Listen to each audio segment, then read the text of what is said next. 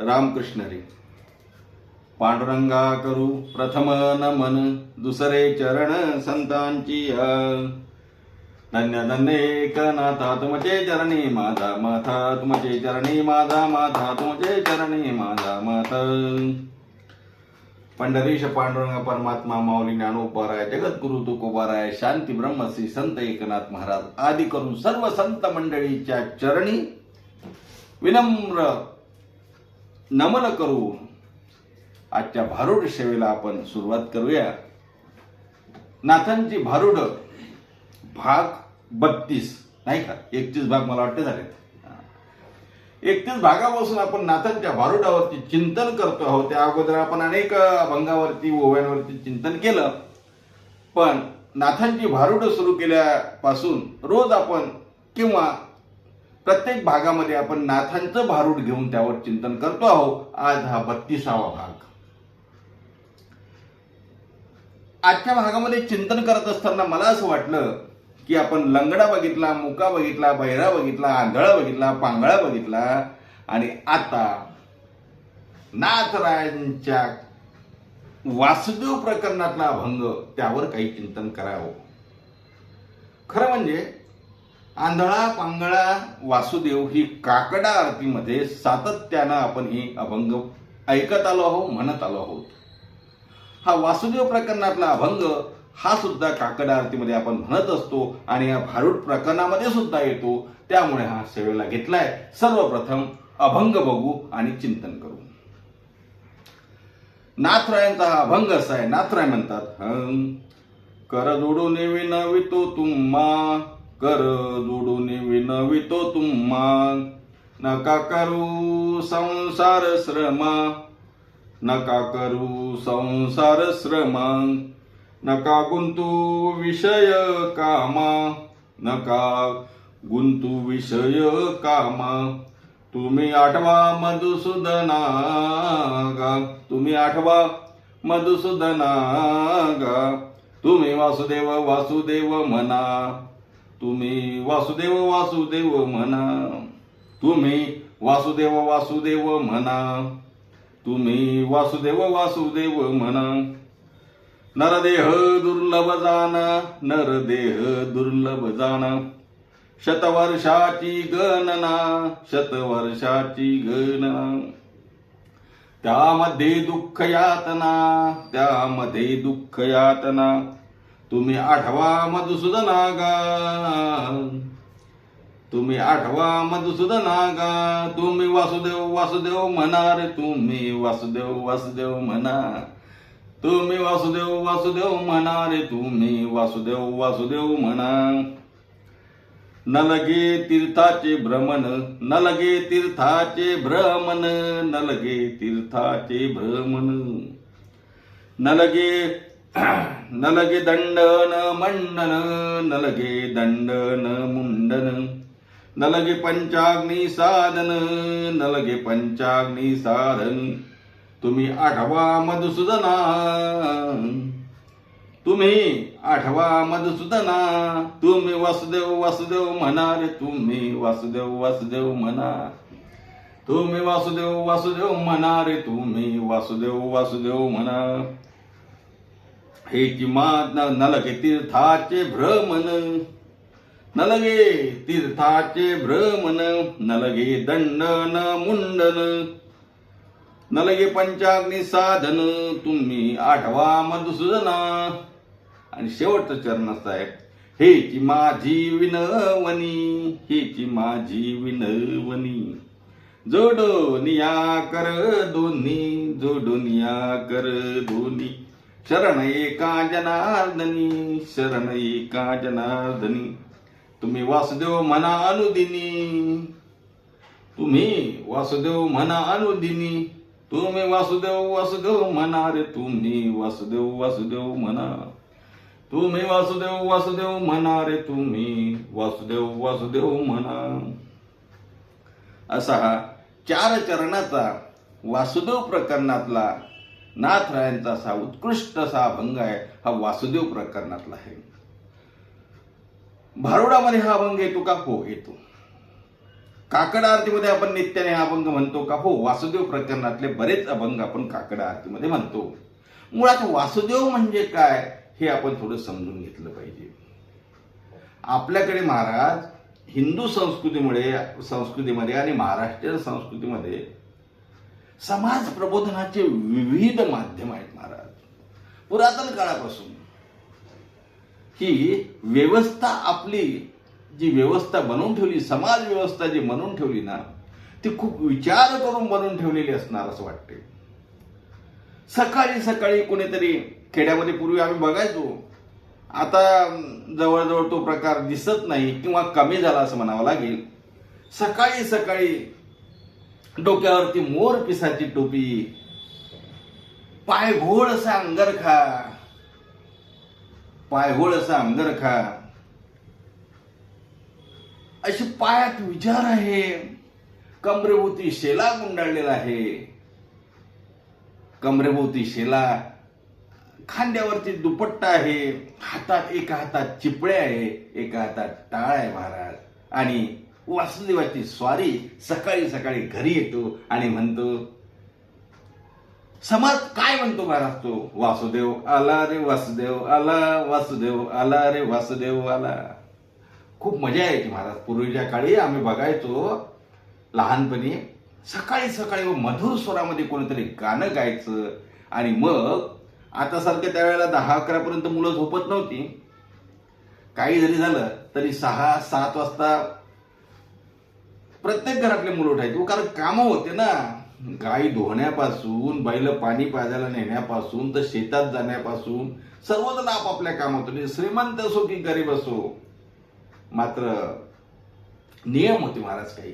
आणि त्यावेळेस झोपीत असताना कानावरती आवाज पडायचा, वासुदेव आला, वासुदेव आला. आणि मग आपण उठून बाहेर जायचं तर महाराज मोर पिसाची टोपी, आपल्या कपाळावरती ठसठशीत असं गंध, मानेला गंध, मोठा अंगरखा, आणि मंजूळ आवाजात कोणीतरी गातो आहे, दान पावलं दान पावलं दान पावलं दान पावलं, नाही का? किंवा वासुदेव आला हो वासुदेव आला, वासुदेव आला हो वासुदेव आला, असे वासुदेव यायचे. काय आहे महाराज, वासुदेव म्हणजे दुसरं तिसरं कोणी नसून एक जमात आहे. ती जमात समाज प्रबोधनाचं कार्य करत असताना भक्ती, साध्या भाषेमध्ये माणसांनी भक्तिशास्त्राला लागावं, देवाचं नामस्मरण करावं, चांगलं जगावं, सत्यनिष्ठ जगावं, हे सकाळी सकाळी सांगायला कोणीतरी येतं. सकाळी सांगितलेलं असं म्हणतात, कारण सकाळी माणूस रिलॅक्स असतो, नाही का? रात्रभराची झोप झालेली असते आणि मग ते सांगितलेलं पटते, रुजते. त्याच्यामुळे सकाळी सकाळी वासुदेव यायचे, वासुदेव आला, वासुदेव आला. बरं, ही परंपरा कधीपासून सुरू झाली? किती वर्ष जुनी ही परंपरा आहे? किती वर्ष झाली या परंपरेला? कधीपासून वासुदेव जमात आहे? कधीपासून वासुदेव येतो? याचा जर विचार केला महाराज, मला ते सांगता येणार नाही, पण मी एवढं मात्र नक्की सांगल की 1000 वर्षापूर्वी पासून हे असावं. कारण माझ्या ज्ञानेश्वर माऊलींना 750 वर्ष होऊन गेले. आणि ज्ञानेश्वर माऊली जर अभंगामध्ये वासुदेव प्रकरण टाकतात तर मग वासुदेव कधीपासून आहे? नक्कीच 750 अगोदर आहे ना, नाही का? आमच्या माऊलींचे अनेक अभंग वासुदेवावर आहेत महाराज. माऊलींचे आहेत, त्यानंतर नाथरायांचे आहेत, नामदेव महाराजांचे आहेत, तुकोबारायांचे आहेत. सर्व संतांचे वासुदेव पर अभंग आहे. त्याचा अर्थ वासुदेव ही परंपरा जुनी परंपरा आहे. बाबा अंकार गणनिशी दाट ही पण वासुदेव आहे. रामकृष्ण गीती गात, रामकृष्ण गीती गात, टाळ चिपळ्या वाजवित, टाळ चिपळ्या वाजवित, वासुदेव आहे. धन्य जगी तोची एक हरिरंगी नाचे, वासुदेव आहे. अनेक वासुदेवाचे अभंग आहेत महाराज. राम राम मी वासुदेव नामे फोडिता नित्य टाहो, हाही अभंग आहे. अनेक अभंग आहे, अनेक अभंग आहे. आता त्या अनेक अभंगापैकी नाथांची भारुडं चालू असल्यामुळे मी नाथ महाराजांचा अभंग घेतला. तो अभंगच आहे, कर जोडून विनवितो तुम्हा, तुम्ही वासुदेव वासुदेव म्हणा, तुम्ही वासुदेव वासुदेव म्हणा, तुम्ही वासुदेव वासुदेव म्हणा. नका करू संसार श्रमा, तुम्ही वासुदेव वासुदेव म्हणा. नका गुंतू विषय काम, तुम्ही वासुदेव वासुदेव म्हणा. तुम्ही आठवा मधुसूदना, तुम्ही वासुदेव वासुदेव म्हणा. तुम्ही वासुदेव वासुदेव म्हणा. प्रत्येक पदाला जरी हे तुम्ही वासुदेव वासुदेव म्हणा असं लावलं तरी चालेल, असा हा अभंग आहे. या अभंगातून नाथराय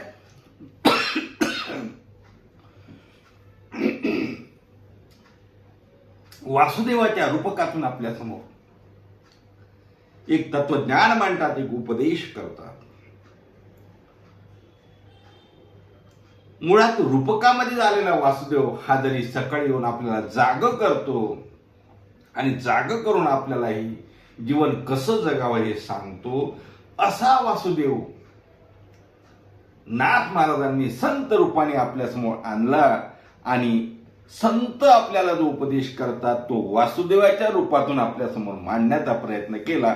खरं म्हणजे मी सांगून गेलो की गोड असे अभंग आहे, त्यातला हा अभंग, इथलं रूपक असलेला हा वासुदेव म्हणजे संत आहे. आणि संत तुम्हाला सांगतात की बाबा रे, तुम्ही वासुदेव वासुदेव म्हणा, तुम्ही वासुदेव वासुदेव म्हणा. मी तुमच्या दारामध्ये आलेलो आहो. कशासाठी आलो? तुम्हाला काहीतरी सांगायला आलो. मला एक सांगा, सांगायला येणं वेगळं, आदेश देणं वेगळं, उपदेश करणं वेगळं, विनवणी करणं वेगळं, गयावया करणं वेगळं, हे सर्व आहे.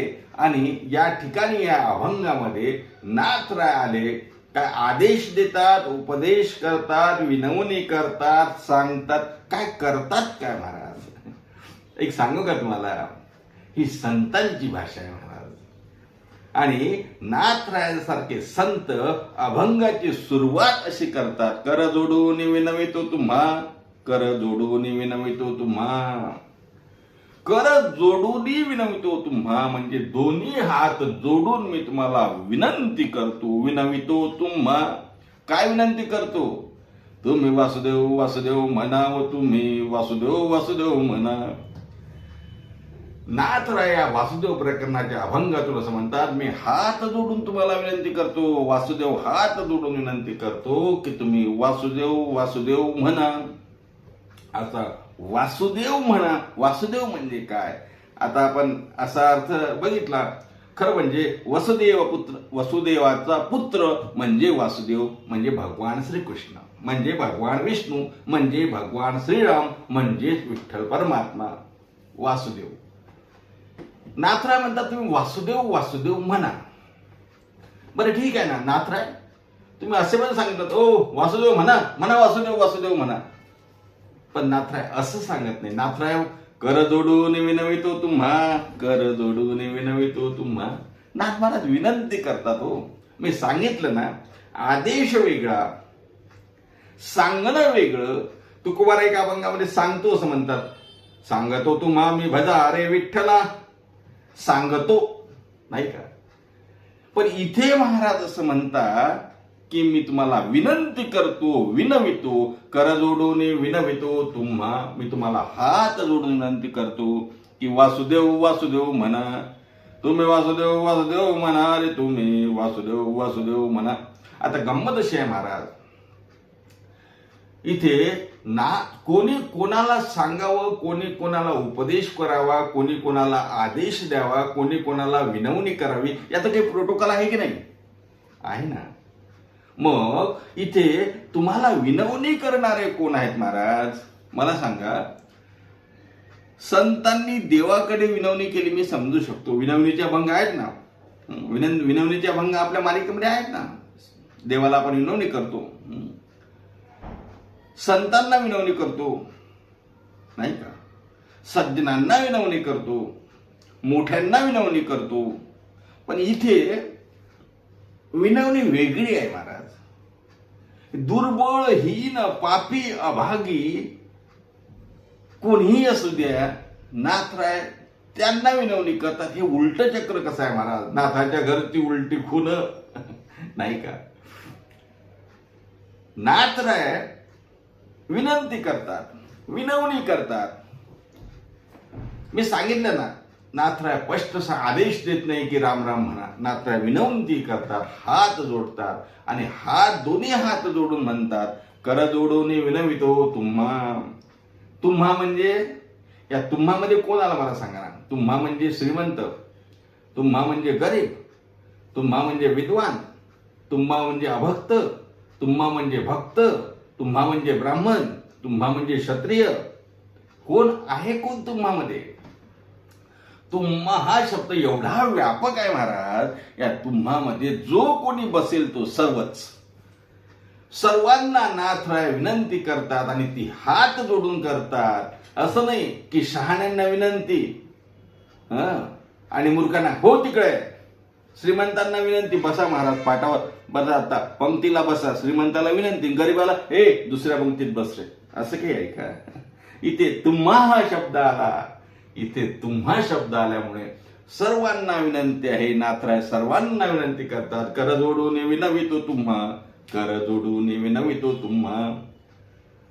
तुम्ही वासुदेव वासुदेव म्हणा, तुम्ही वासुदेव वासुदेव म्हणा, तुम्ही वासुदेव वासुदेव म्हणा, अशी मी तुम्हा सर्वांना विनंती करतो, असं नाथराय म्हणतात. महाराज, आपली लायकी आहे का संतांनी आपल्याला हात जोडून विनंती करावी?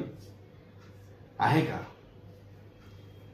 नाथरायांसारख्या संतांनी जे परमेश्वराचे अवतार आहे, भानुदासाचे कुळी महाविष्णूचा अवतार, छत्रपती स्थान वस्ती गोदावरी तीर असे असलेले नाथराय, ते नाथराय या ठिकाणी तुम्हा आम्हाला हात जोडत असतील तर हे बरोबर आहे का? आपण कोण होऊन गेलो आपल्याला नाथरायांनी हात जोडावे? महाराज, तुम्हाला एक सांगू का, संतांना जनतेचं अहित पाहवल्या जात नाही महाराज. त्यामुळे ते हात जोडतात की अरे बाबा मी सांगतो रे तुला असं कर. बरेचदा बघा उळाणटप्पू मुलं असतात, शाळेत जात नाही, काही जात नाही. बरं एकूण तिकून 10वी पर्यंत शिकले, नंतर बाबा शिकणार आहे, शिकणं नाही शिकत म्हणते मी. अरे शिक रे, काय लागल ते देतो, गाडी घेऊन देतो, तुला ट्युशन लावतो. काही केलं तरी ऐकायला तयार नाही. शेवटी बाप म्हणतो अरे बाबा पिंट्या तुझ्या पाया पडतो रे मी, दोन्ही हात जोडून तुला विनंती करतो, शिक रे बाबा, शिकल्याशिवाय काही नाही. ही जी विनंती आहे ना महाराज, काय मुलगा काय या बापापेक्षा मोठा झाला का? या मुलाची लायकी बापापेक्षा मोठी आहे का? मुलाचा अधिकार या बापापेक्षा मोठा आहे का? नाही ना. मग तरीही विनंती का करतो? कारण मुलाचं हित ही बापाची त्या ठिकाणची इच्छा असते. तसं संत महात्म्यांना या जगतामध्ये जन्माला आलेल्या प्रत्येक जीवाची महाराज फिकर आहे, काळजी आहे. त्यांना पाहवल्या जात नाही. बुडत आहे जनांना देखावे डोळा, हाय बुडत आहे जनांना देखावे डोळा, येतो म्हणून कळवळा येतसी.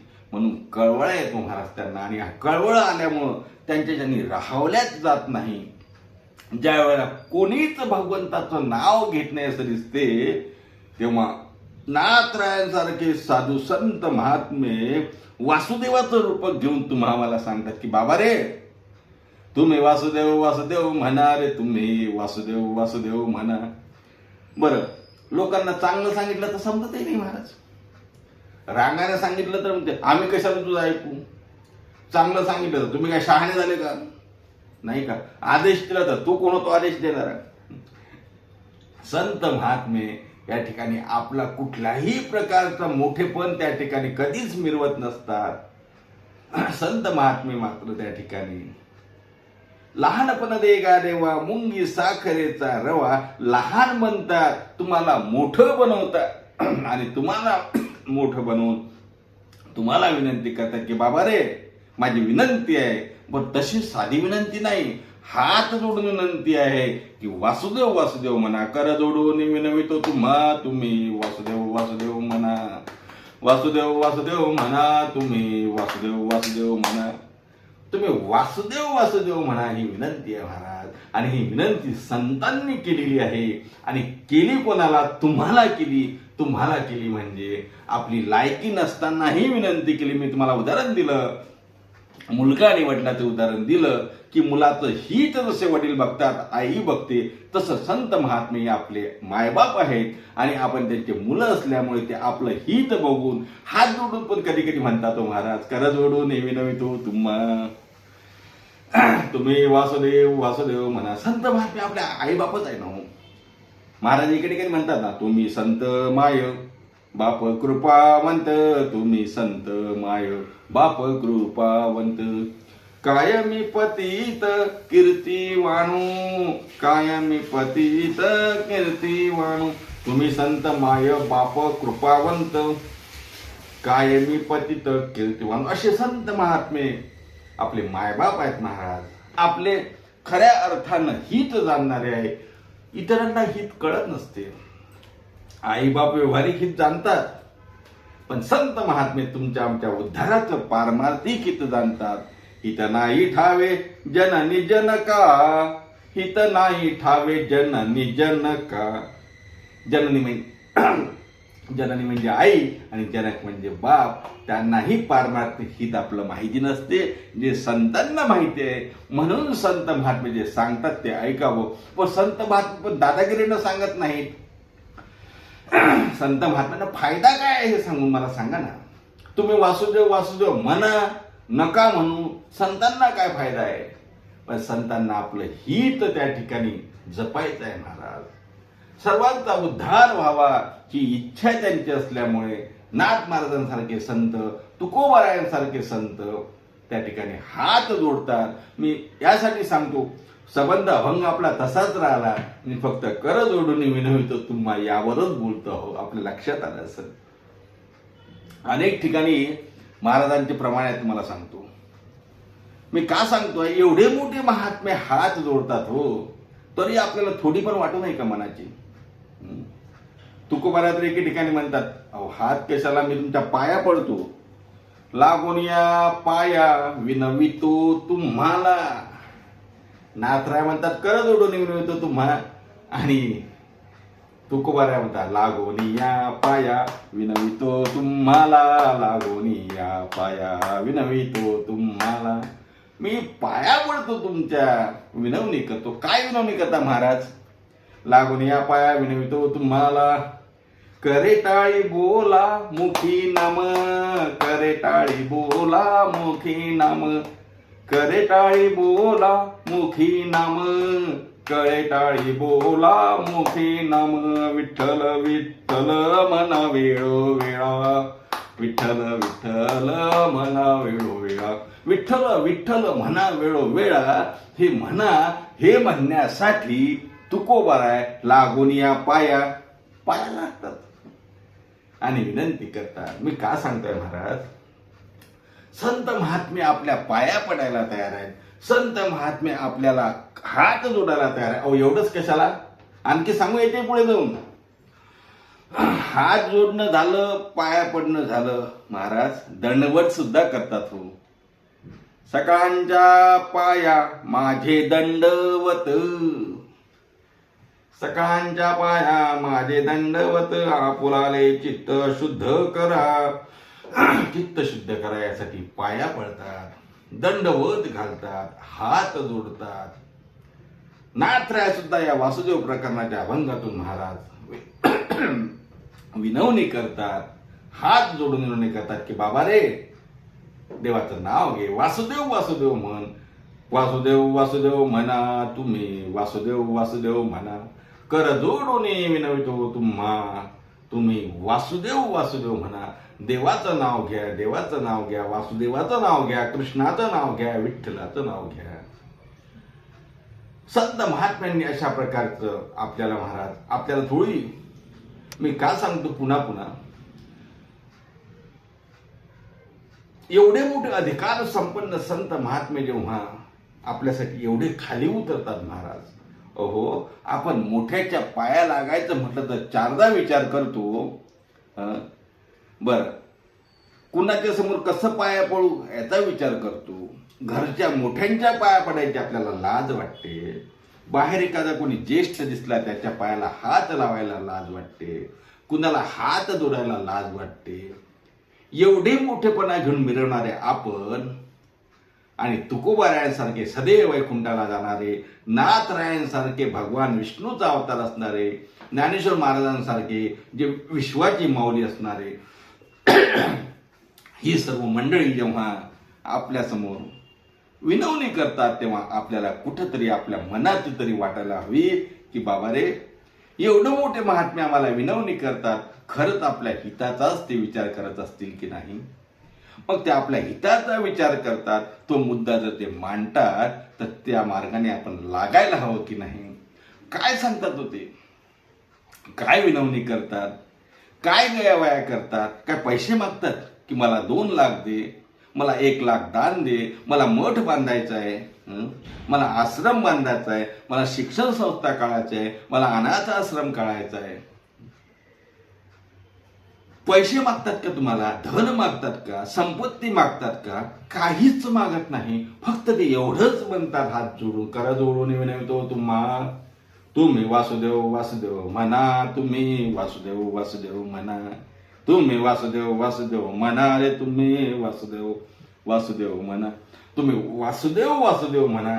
एवढीच विनंती या अभंगातून नाथराय सांगतात. आपण मात्र त्याला विनंती समजू नका, आपण त्यांना आदेश समजा, कारण त्यांनी आपल्याला विनंती करू नये महाराज, आपली लायकी ती नाही. आपण त्यांचे शब्द आपल्यासाठी पुराण आहे, वेद आहे, त्यांचे शब्द आपल्यासाठी महाराज त्यांचा आशीर्वाद आहे. तेव्हा संत मुखातून निघालेली ही विनवणी आपण आदेश समजायचा आणि काय करायचं, तुम्ही वासुदेव वासुदेव म्हणा रे, तुम्ही वासुदेव वासुदेव म्हणा. तुर्तास या अभंगावर आज आपण, मला वाटते नुसतं पहिलं चरण सुद्धा आपलं झालेलं नाही. फक्त मला थोडंसं कर जोडून विनवतो तुम्हाला यावर बोलायचं होतं, मी तेवढं बोललो. वासुदेव प्रकरणातला हा अभंग आहे. महाराज जशी विनंती करतात, हात जोडून विनंती करतात की वासुदेव म्हणा.